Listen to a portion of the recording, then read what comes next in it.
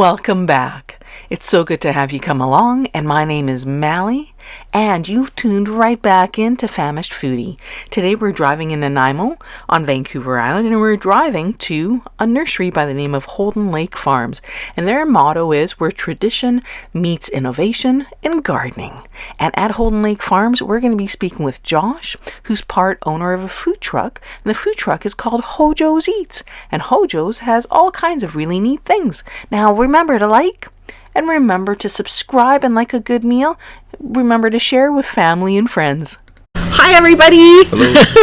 This nice man, his name is Josh, and he and his wife own HoJo's Eats. And it is the first time that we've met. Yeah. And so Josh, what can you tell me about you and the motivation to start HoJo's Eats? Honestly, my wife and I, a number of years back, were kind of thinking, where do we want to be long term, and retirement and things of that nature. Yeah. And eventually, after traveling around BC, we realized Nanaimo was the place we wanted to be. Yeah. Our daughter had already come here and gone to VIU, and then I was working as a private teacher, private tutor in White Rock area.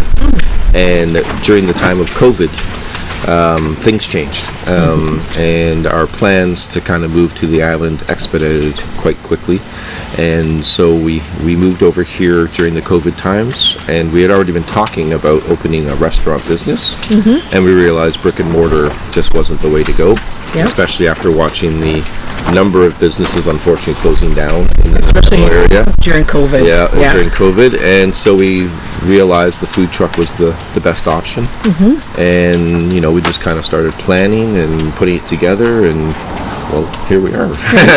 About 3 years later, here we are. So yeah, that's how it came about. Wow. And my wife had some experience cooking from when she was younger, and I also had some bartending, cooking, and various restaurant experience as well, but that was many years ago. But it came back quick, and we think we've got a good thing going. So to people who've never eaten at HoJo's Eats and talk with them, what are your specialties? Well, I keep trying to tell people, I mean, we're a family food truck, not a foodie food truck, in the sense that we want to be able to offer all ages something that they might like to eat or drink, and we want to offer it at least at a somewhat reasonable price, even in these times. So a family of 4 or 5 can, literally come up to our truck, and everybody can feel like they've gotten, enough to eat. At a price that's similar or less than like McDonald's, for example. So that's our goal, and that's the focus we've always had. And at the same time, we've also tried to be a little bit more of a variety type truck. So we have a fairly large menu compared to many. We don't focus on one item. And we have a little Caribbean, a little Asian, a little Canadian American, a little European. So we have a lot of variety, we believe, and we keep trying to add more things and thinking of new ideas. So that's the main point, is to offer everyone something and not cost them an arm and a leg. So when you're talking about something Asian, something Caribbean, something this, can you give some examples? Sorry, yeah. Well, our one unique item that... sorry, should I talk to you or the camera? Our one unique item, really, that nobody offers on the island, or very, very few people offer. And I'm really excited about this. On the mainland is our HoJo's Asian pancake, which is a Beijing-style food, street food, actually, in Beijing and all over China, but every province has a different take on it. My wife's originally from Beijing, so ours is a Beijing style, and it's literally something you can eat for breakfast, lunch, or dinner. It's in China a common thing, but here more of a specialty, and so that's our one very unique item. And what is it? Well, it's kind of like a crepe wrap, so to speak, but it's made from a green mung bean and white flour mix with water, and then from there we build it and add things to it like egg, roasted sesame seeds, a couple of different Chinese sauces, spicy and sweet. Doesn't that sound good? Cilantro, onions. We can put make it vegetarian or make it carnivore with meat, depending on what you prefer. Yeah. And yeah, I mean, it's big enough that most people find it quite filling just to have the one, but there's always room for more if you want. There's always room for more. And then other than that, we carry like Jamaican patties. Yeah.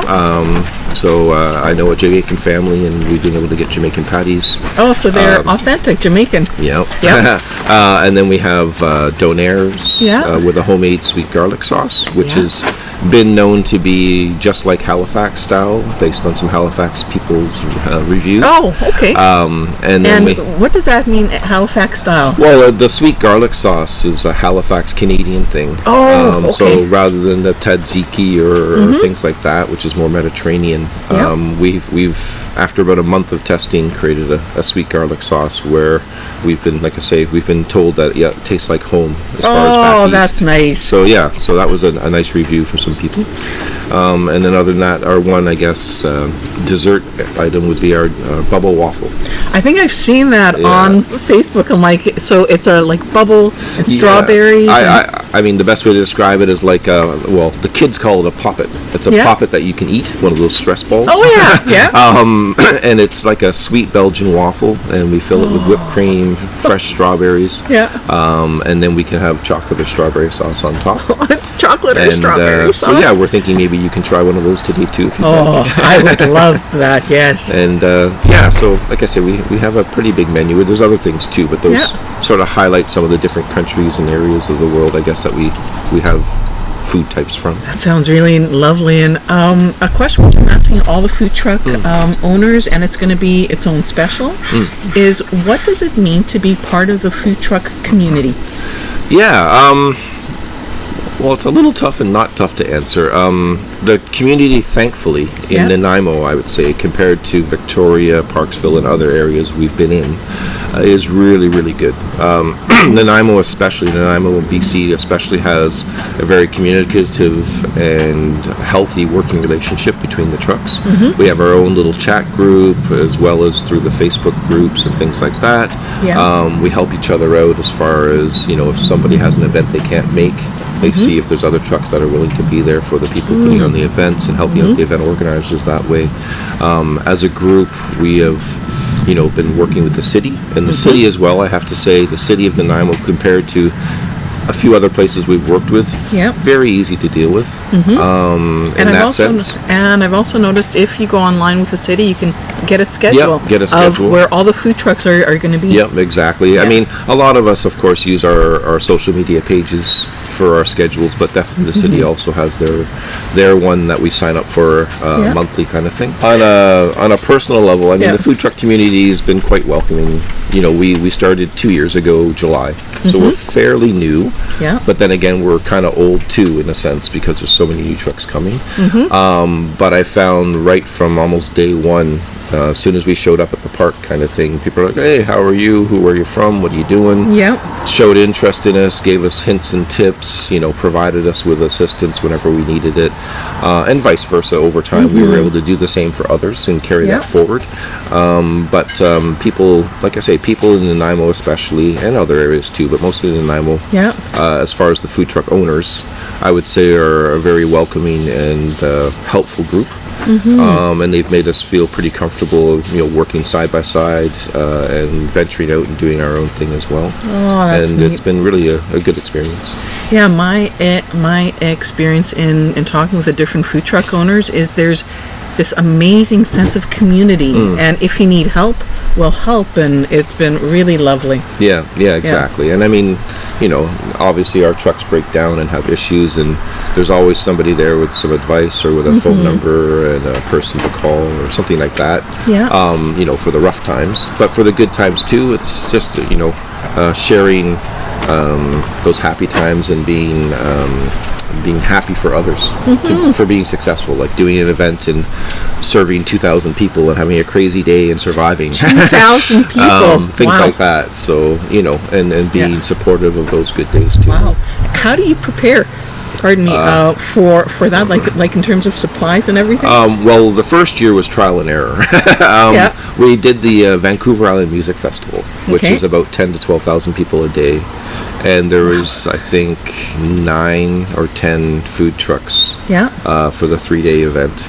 And the first year we over-prepped, way too much food. And now we're doing it again this year, and we know, we need to cut back on this and add on that. So there's a lot of trial and error. But honestly, it's just a matter of speaking with the organizers, making sure we have a full understanding of how many trucks, how many people, how long is the event, and then we can kind of gauge, what's our best seller, what do we usually sell out of, things like that. What do people usually tend to gravitate towards, what's the age group. Yes. We just did a high school track meet, and we sold like 100 and something bubble waffles, because all the high school kids want a dessert, for example. Whereas when you go to an older community, like roast beef sandwiches take over. So it just depends on the crowd. So it's having a good understanding of your demographics. Demographics and numbers and times. And also, like I say, a key issue is the number of trucks. We understand that certain trucks can accommodate more people and certain trucks can't. And you kind of gauge, the law of averages, who's going to go where and how many people.